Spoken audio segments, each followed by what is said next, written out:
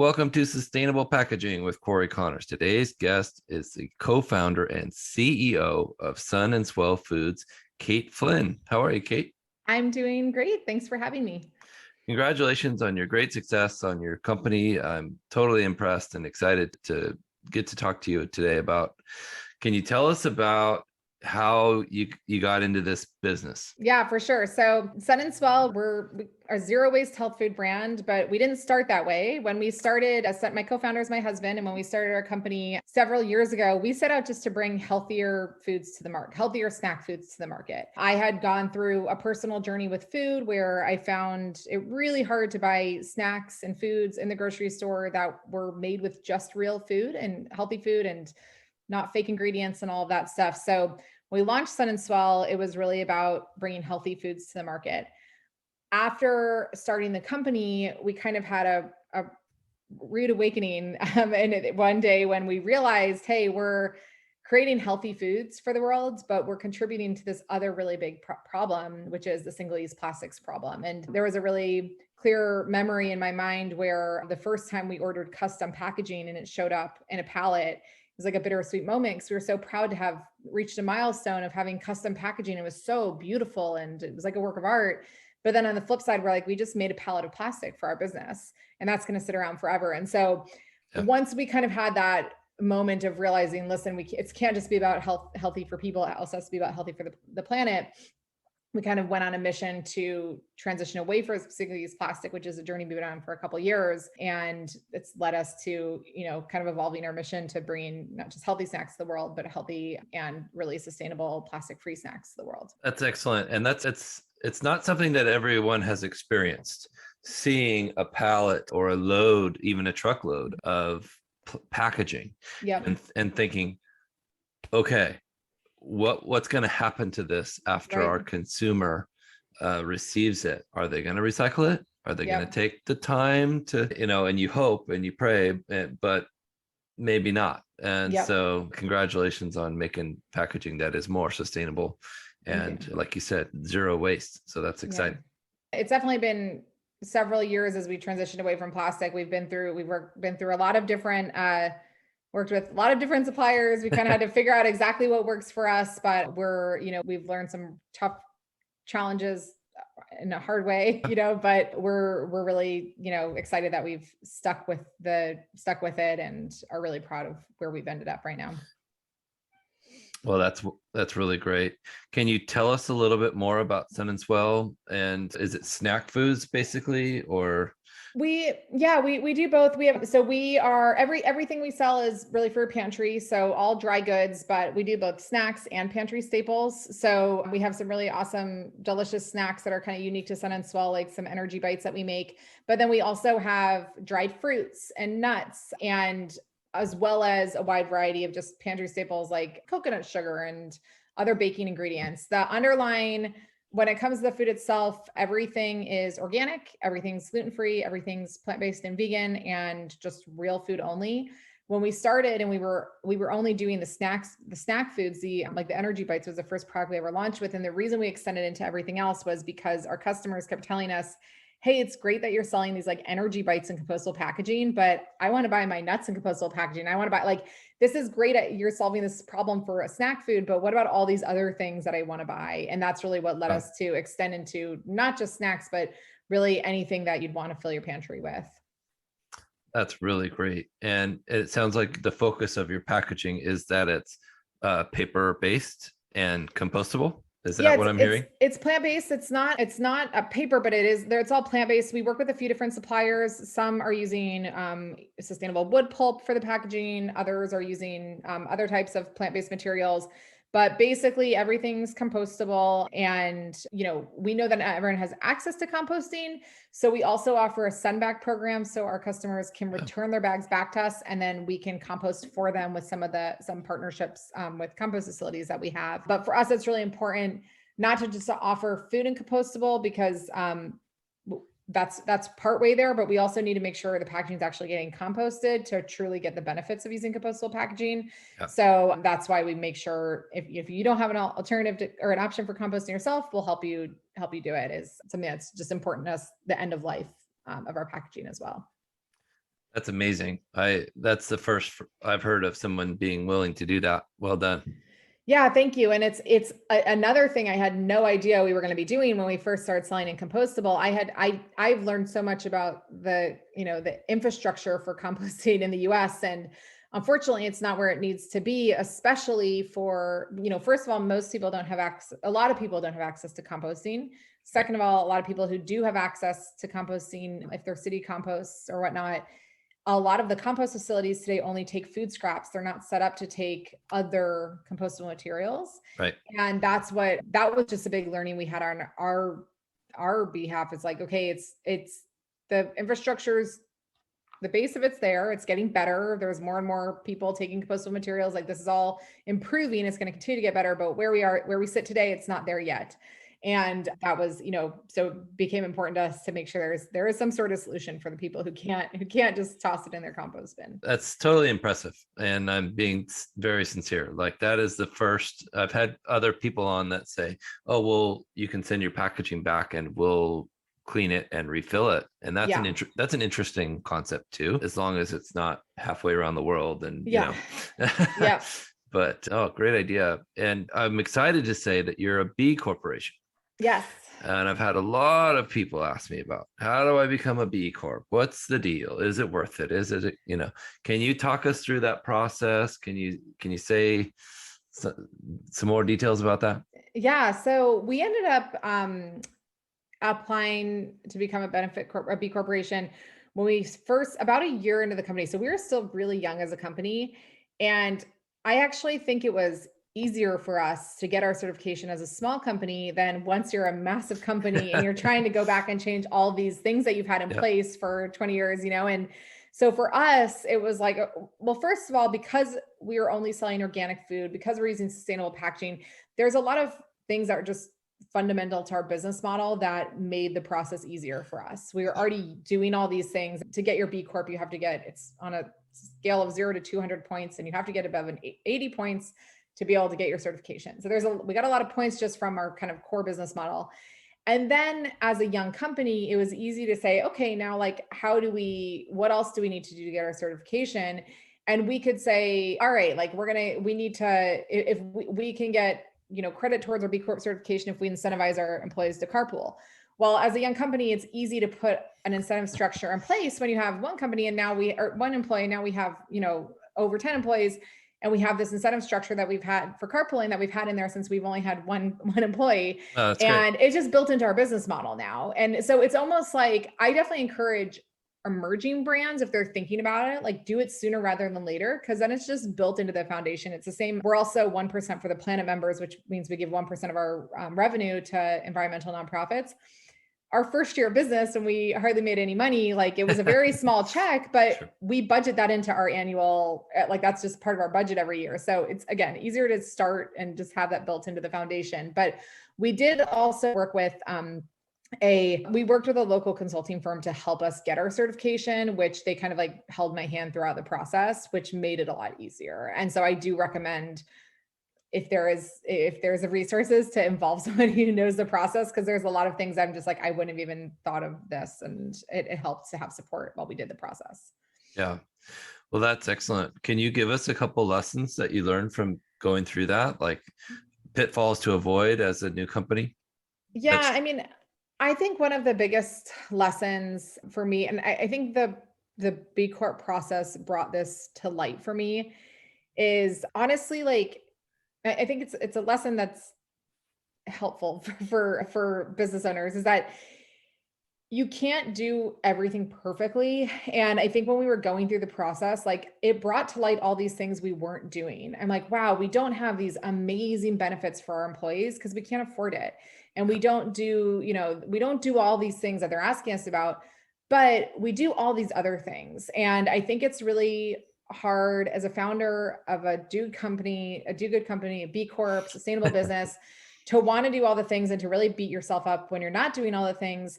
But the reality is, if you do all the things, you're going to end up with, like, maybe a price point on your product that's not, that nobody can pay for, or you're going to be spending so much and like so much as a startup where you might not like be able to build your business to that next level. So it's like, it's really a balance of trade-offs on like, let's pick the things that we can support now as a small company, and let's really invest in those and spend our time and resources supporting a handful of like really amazing things. And then as we grow and reach that next level, then we can add on more and more. And like, so now it's like, we basically, our goal every time we have our B Corp renewal is to just improve our score. It's not to get the perfect score, because like that, which is, you know, and we look at some of these companies like Patagonia, who's like, their scores are so high and we're like, oh, why can't our score be that high? And it's like, we're just working towards the progress, not perfection. And it's the same thing with, it's kind of a similar lesson with using compostable packaging. Is I have so many brands ask me if like how to transition to compostable and if they should transition to compostable. And like, one of the first things I always tell them is it has to be like on your number 1 or 2 like pieces of your value prop. Like it can't be number 5. There's a lot of other check the box sustainability things you can do if you're just trying to like do things a little bit more sustainably. But using compostable packaging, it's challenging. There's so many nuances to it. It's not an easy transition. If it's not like a huge battle that you're willing to fight, and like, then maybe now is not the right time. Let's wait till it's like a little bit more mature in the market to switch to it. And I think that just, you know, it's just something we have to keep in mind, like progress, not perfection. We have to do everything. We can do small things, and we should really pick our battles. Yeah. Well said. My friends and I often say in these discussions, there's nothing sustainable about going out of business. Exactly. Yes. And you know, you gotta make sure you're paying your bills, you're paying your employees, you're providing the quality food or items to your consumers first. And then let's look at, okay, can this be more sustainable? Can that be more sustainable? Right.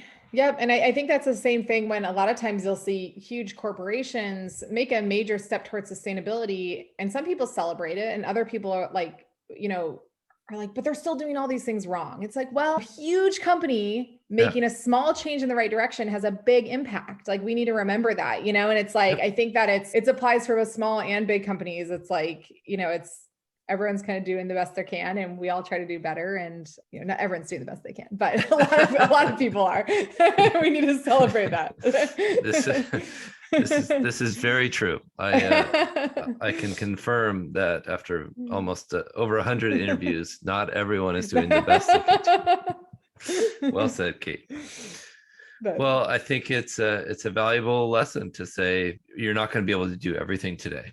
It's like most successful things in life. It takes time. You have to grind it out. You have to work hard daily, hourly, minute by minute to make adaptations in the right direction. So correct. Yep. Well, I'd like to know a little bit more about your food, because I've heard great things. I haven't sampled any yet, but I do have plans to buy. Can you tell us about maybe your most popular sellers?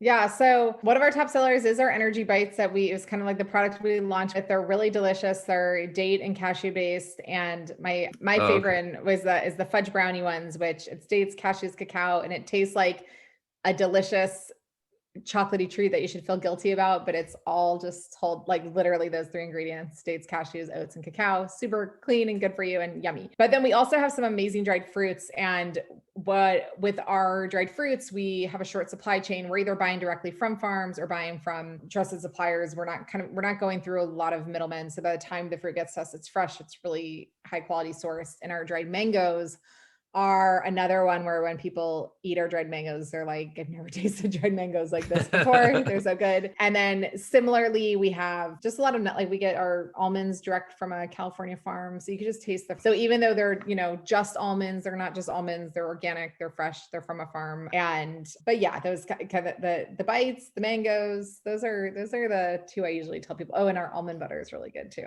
It's usually where I tell people to start. And that's not in compostable packaging, that's in a glass jar. But that's usually where those are several I tell people to start with. Well, that would compost eventually, right? Yeah. Yes. A couple of thousand years, right? Yes. But we say reuse it if you can. Well, I was very impressed before we started the podcast, you lifted up your drink. And if you want to show the people who are on YouTube, there it is. Reusable jar with a reusable straw. This is sustainability right here. This is how it should be. I've used this mug 500 times. Amazing. And I will continue to use it until it totally dissolves right. or breaks somehow. Well, but it's funny because a lot of people will ask, like, what's the, what are easy sustainability changes? And I was like, you know what? Like 5 years ago, I was buying plastic water bottles. Like I don't anymore, but like that. And I know that I don't know the percentage, but a large percentage of people out there aren't using reusable water. So there's these little tiny things we can do to start. It's like, bring your reusable water bottle, try to bring your reusable coffee cup. Like there's these little things. It doesn't have to be this like crazy, I'm buying everything zero waste and I'm spending 3 hours a day living a zero waste lifestyle, which isn't attainable for everybody, but right. there's easy changes that we can start to implement into our daily habits, and then they just become part of your life, and we think about it. And a huge cost savings. Exactly. Yes, I used to go to, I won't say the name, but a coffee company every day for a cup of coffee, and it cost me $4 or something. Now I brew a pot at home. Yeah. And it's delicious, and and saves you time, and massive savings. So, and that's the same with packaging. That's more sustainable. If you do it correctly, it can save you dramatic amounts of money. Yeah, I think. Yeah, I've seen it. Yeah. Well, and also like, I think that there's, I think one of the things that we really talk about a lot is just helping consumers understand like what to look for. Like one of the things with the compostable packaging, and we do compostable flexible film. So things like wrappers and pouches and stuff like that is what our products come in. And one of the things is it doesn't look as beautiful as plastic, and it shouldn't, right? Compostable packaging is built to not last. And it doesn't look exactly as, it's not as, the colors aren't as vibrant. Sometimes it gets wrinkly. And at first, when we started using it, we were like very apologetic about it. We're like, oh my gosh, it's so wrinkly. I'm embarrassed of this. Like, and now we're like, this is like what we celebrate about the packaging. This is what makes it awesome. And sometimes I'll go to open our bag and, the zipper will kind of be funky. And I'm like, it's not, and we've communicated this a lot with our customers. Like it shouldn't be a point of frustration. This is like something to celebrate, that like you're one of the first customers ever using compostable packaging. You're experiencing what it's like. And we find that our customers think it's so awesome. They're like, oh, it's like awesome that it doesn't look like plastic. Like it's awesome that it doesn't work with like plastic, because that's what it is. It's not plastic. And a lot of it's just kind of like reframing, helping everyone reframe their mindset of like, we shouldn't be trying to, when it comes to sustainable packaging, yes, it needs to have certain barrier properties and it needs to serve its function, but we shouldn't necessarily be striving to make it as good as plastic, because, or at least, in the case of compostable, it's not necessarily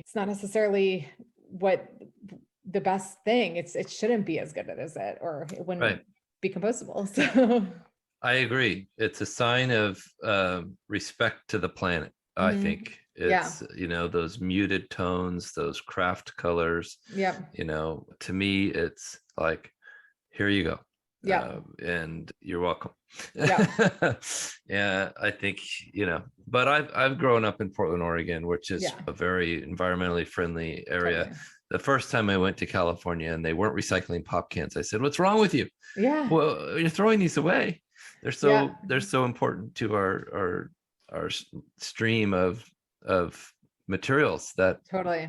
But I think that's going to get better. I think things will change. And I know only 10 states now have a deposit program, but I think at least 3 more will have one in the next 2 years. That's awesome. And I think at least 10 more will have one in the next 5 years, according to what I'm hearing. Yep. And so that's good news. Yes. Very good news. So you mentioned some mistakes. I want to hear about one mistake that you made that just sticks with you, that you can caution other business owners, hey, don't do this. Yeah, I would say it's when we very first started selling in compostable. And I think that I just talked about the challenges of how it doesn't always look as good as plastic.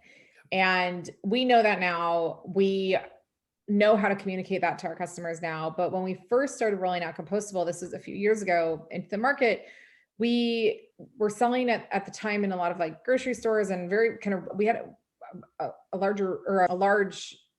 we sell a lot online now. At the time, we were mainly wholesale retail doors. And we just transitioned everything to compostable without any signage or without anything. We just transitioned it. And what we found was that when it's sitting there on a shelf, if you're walking through a grocery store aisle and you see something compostable sitting next to all these other things, if you don't know what you're looking for, it kind of just looks like a little bit, well, it's not, like I said, it's not as vibrant. It doesn't pop as much. Sometimes it's a little wrinkly. Yeah. And that can communicate like this is older. It's just not as, if you don't know what you're looking for, if there's no signage around it, then a consumer is not looking for compostable packaging, doesn't immediately know this is eco-friendly, I want it. They just kind of go by, so that was a lesson that we learned the hard way having it in market. Was like, okay, if we're going to have this if we're going to be selling this offline, we need to sell it in channels that can communicate to people what it is. And if it's like in a retail store or coffee shop or something, we want to be able to have signage or at least better labeling on our packaging to communicate that it's compostable. So that was something that we just, learned in the market, is like consumers don't know yet to look for compostable packaging. Yep. And so we have to do a better job educating. And that's what I would recommend to anybody who's making that transition, is make sure you're aware of that. Like, it's not just like swap out your old product for a new wrapper and put it on the shelf. There's more work that has to be done there. Well, exactly like we before the show, I said, you can reuse Parmesan cheese lids to put on the jars, those ball canning jars. My wife told me that. I didn't know that. And I've been in packaging for 25 years. And, so there's always something we can learn. There's always something we can educate ourselves on or our consumers about. That's such a key to this whole thing. Yep. Definitely. Can you tell us about something you're excited about for the future that you guys are launching, or something new? Yeah. One thing we're really excited about is so I told you earlier how we have our send back program where our consumers can send their bags back to us. We are working on and piloting, opening that up to other brands to participate in as well. So the idea was triggered from our customers emailing us and saying, hey, can I include these other wrappers in the send back bags? And, there's some work that has to be done on our end, because we have these compost facilities that we partner with that know they've approved our bags, but they haven't approved all these other brands. So we're kind of now we're opening up, after getting a lot of questions around that from our customers, now we're opening up the program to others, and we're piloting that. We're really excited to see what that leads to, because the more we can have a broader, we want to be able to have the broadest impact on the industry as possible. And that extends beyond just us. And so we're really excited to see where that goes, and to see how much participation we can get from other brands and consumers and whatnot. That's amazing. And then someday you'll just buy those other companies and it'll be no big deal. Exactly. The huge conglomerate of Sun and Swell. Yes. Well, very exciting. How do people get in touch with you? How do they buy your stuff? Yeah, so the best way is on our website. That's where we have everything. It's just www.sunandswellfoods.com. That's great. I love that name. We're based in Santa Barbara, California. So we needed, our name ties us to the roots of where our company was born. Yeah. It almost sounds like a surfing show or something. It's really cool. I love it. Yeah. So. Awesome. Well, that means it did its job of bringing you to the beach city. Yeah. Well, thank you so much. I'd like to thank Landsberg Aurora for sponsoring this podcast. We appreciate it. If you're listening, please make sure you're subscribed and give us a review. We appreciate it a lot. Thank you so much. Thank you.